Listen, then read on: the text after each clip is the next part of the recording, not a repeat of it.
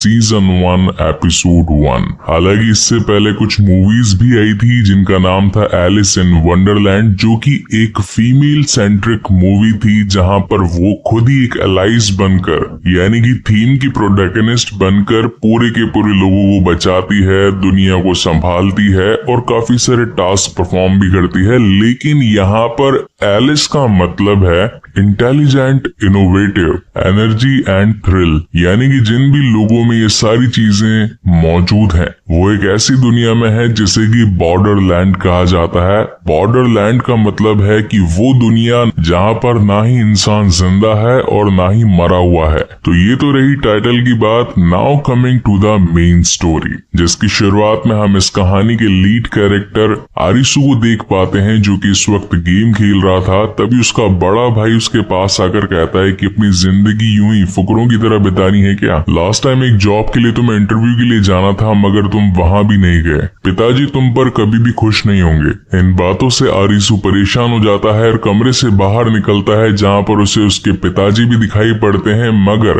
वो भी उससे बहुत परेशान थे और उसे खरी खोटी सुनाते हैं और कहते हैं कि अगर काम वाम नहीं करना तो घर की नहीं छोड़ देते। जहां पर असली में आरिसू अब अपने इस घर को छोड़कर निकल जाता है। वो मोबाइल पर अपने कुछ दोस्तों के साथ चैट भी कर रहा था। तभी हम इस कहानी के एक सेकंड लीड कैरेक्टर को देख पाते हैं जिसका नाम होता है कारुबे, और वो इस वक्त अपनी बॉस की एम्प्लॉय के साथ में लगा हुआ होता है। मगर थोड़ी देर में उसका बॉस आ जाता है और कारुबे को ऐसा करते हुए पकड़कर उसके मुंह पर जोरदार मुक्का जड़ देता है। जिसके बाद स्टोरी शिफ्ट होती है थर्ड लीड कैरेक्टर पर, जिसका नाम है छोटा, लेकिन ये प्रोनाउंस करने में थोड़ा वियर्ड है तो हम इसे छोटा कहकर बुलाएंगे। ये एक आईटी कंपनी में जॉब कर रहा होता है। तभी इसकी मॉम इसके पास में आती है और कहती है कि मुझे थोड़े पैसों की जरूरत है, इससे मेरे आगे आने वाले दिन अच्छे से गुजर जाएंगे। हालांकि उस वक्त वो पैसे तो दे देता है, लेकिन छोटा का कहना था कि अब और फ्यूचर में वो अपनी मॉम को ज्यादा पैसे नहीं दे पाएगा, क्योंकि उसे भी उसकी लाइफ जीने के लिए अब पैसों की जरूरत है।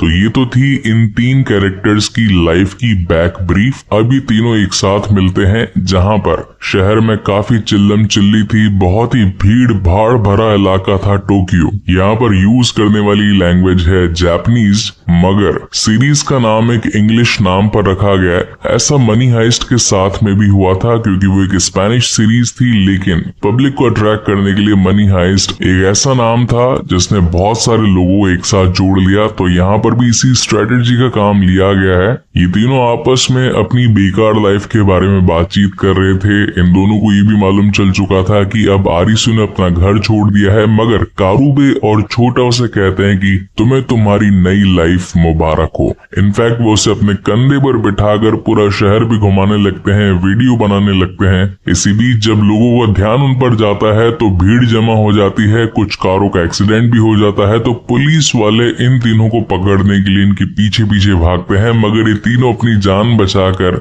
एक टॉयलेट में छुप जाते हैं। लेकिन थोड़ी देर बाद में वहां सब कुछ शांति हो जाती है। कोई आकर इनका गेट खटखटाता भी है, मगर 5-10 सेकंड के बाद में वो भी गायब हो जाता है। और जब थोड़ी देर बाद लाइट्स चली जाती है, इनके फोन चलने भी बंद हो जाते हैं, तो ये वहां से बाहर निकलते हैं। और जब शहर का नजारा देखते हैं तो वहां पर नील बटा सन्नाटा था। इतने भरे पूरे शहर में एक भी शख्स मौजूद नहीं था। इन तीनों को ही अपने घर परिवार की चिंता होती है। सबसे पहले कारुबे अपने क्लब में भागता है जहां पर उसकी गर्लफ्रेंड थी, लेकिन वहां कोई नहीं था। वहीं छोटा अपनी इंडस्ट्री यानी कि अपनी कंपनी में पहुंचता है, वहां पर भी कोई एम्प्लॉय मौजूद नहीं था। और आरिसू तो ऑलरेडी अपना घर छोड़कर आया था, तो वो मेन रोड पर आकर बैठ जाता है। ऐसा करते करते रात हो जाती है और ये तीनों सोचने लगते हैं कि आखिर इस शहर में हुआ क्या। ना ही कोई इंसान मौजूद है और ना ही कोई जानवर। कहीं सब लोग ज़ॉम्बी तो नहीं बन गए? वैसे ये चीनी जापानी लोगों में ज़ॉम्बीज बनना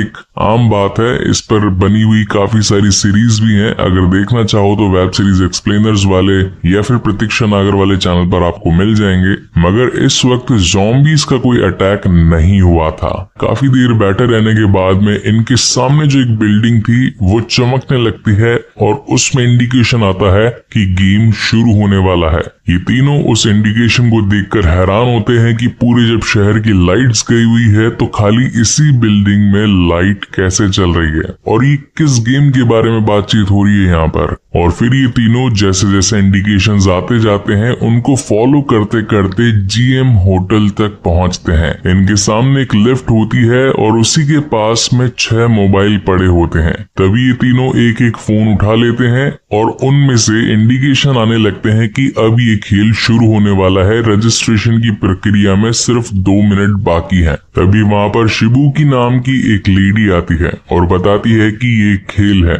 और हमें इसे खेलना पड़ेगा। ये तीनों कुछ समझ नहीं पाते तो वो छोटा का एम्प्लॉय आईडी लेकर उसे लिफ्ट के बाहर वाले एरिया में फेंकती है तो पता चलता है कि अब ये लेजर से कवर्ड है और अगर कोई भी लेजर के बाहर जाएगा तो मारा जाएगा। इन्हीं की तरह यहाँ पर एक और अननोन पर्सन भी पहुंचती है जिसे ये लोग एक मोबाइल थमा देते हैं, जिसके बाद अनाउंसमेंट होता है कि रजिस्ट्रेशन की प्रक्रिया पूरी हुई। यानी कि अब इस खेल को टोटल 5 लोग खेलने वाले थे और इस गेम का नाम था लाइफ एंड डेथ। जिसके बाद लिफ्ट इन्हें 6th फ्लोर तक पहुंचा देती है। ये कमरा पूरी तरीके से खाली होता है लेकिन सिर्फ सामने 2 दरवाजे होते हैं और टाइम लिमिट होती है 2 मिनट की। इन्हें चुनना था या तो लाइफ का दरवाजा या फिर डेथ का दरवाजा। सब लोग सोचने लगते हैं कि आखिर ये हो क्या रहा है, चुनना किसे है। चलो अगर लाइफ लिखा है तो लाइफ में चले जाते हैं। तो एक जो लड़की जो लेटेस्ट आई होती है वो लाइफ का दरवाजा खोलकर अंदर जाती है लेकिन तभी लेजर आकर उसे मार देती है। तो इन लोगों को मालूम चलता है कि डेथ वाला सही दरवाजा है और टाइम रहते जब भी उस दरवाजे में पहुंचते हैं तो पीछे वाला जो कमरा होता है पूरी तरीके से आग से जल जाता है। उसके अंदर गैस और आग दोनों फैला दी गई थी और जैसे ही लोग अगले कमरे में पहुंचते हैं इनकी टाइम लिमिट में से 10 सेकंड और घट जाते हैं। अगेन यहाँ पर इनके पास में लाइफ एंड डेथ के 2 दरवाजे होते हैं। कंफ्यूजन बहुत ही ज्यादा बढ़ चुका था जहाँ पर कारुबे उस शिबुकी नाम की लड़की को कहता है कि पहले हम नहीं जाएंगे, तू जाकर खोलेगी क्योंकि तूने इस गेम को ऑलरेडी खेला है। शिबुकी कहती है कि मैं दरवाजा नहीं खोलूंगी। इसलिए आरिसु को आगे बढ़कर कोई तो दरवाजा चुनना था और वो डेथ का दरवाजा अगेन चुनकर आगे पहुंच जाता है। इसी बीच इनकी टाइम लिमिट खत्म हो जाती है और ये वाला कमरा भी जल जाता है। लेकिन तब आरिसु को लगता है कि ये खेल जो है जितना आसान लग रहा है उतना आसान है नहीं।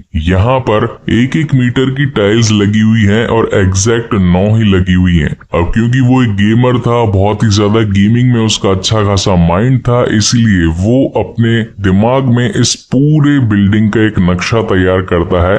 उसे समझ में आता है कि आते वक्त यहाँ पर इस बिल्डिंग के चारों तरफ 4 BMWs खड़ी थी। उनका साइज होता है करीब 4 मीटर के आसपास। जिसके बाद में वो इस बिल्डिंग का डायमीटर भी निकालता है और उसे पता चलता है कि बिल्डिंग पूरी तरीके से चौकोर है। इसका मतलब टोटल 9 कमरे होने चाहिए, 2 हमने पार कर दिए। अब अगर हमें अगला सही कमरा चूज करना है तो हमें इसके डायरेक्शन के अकॉर्डिंग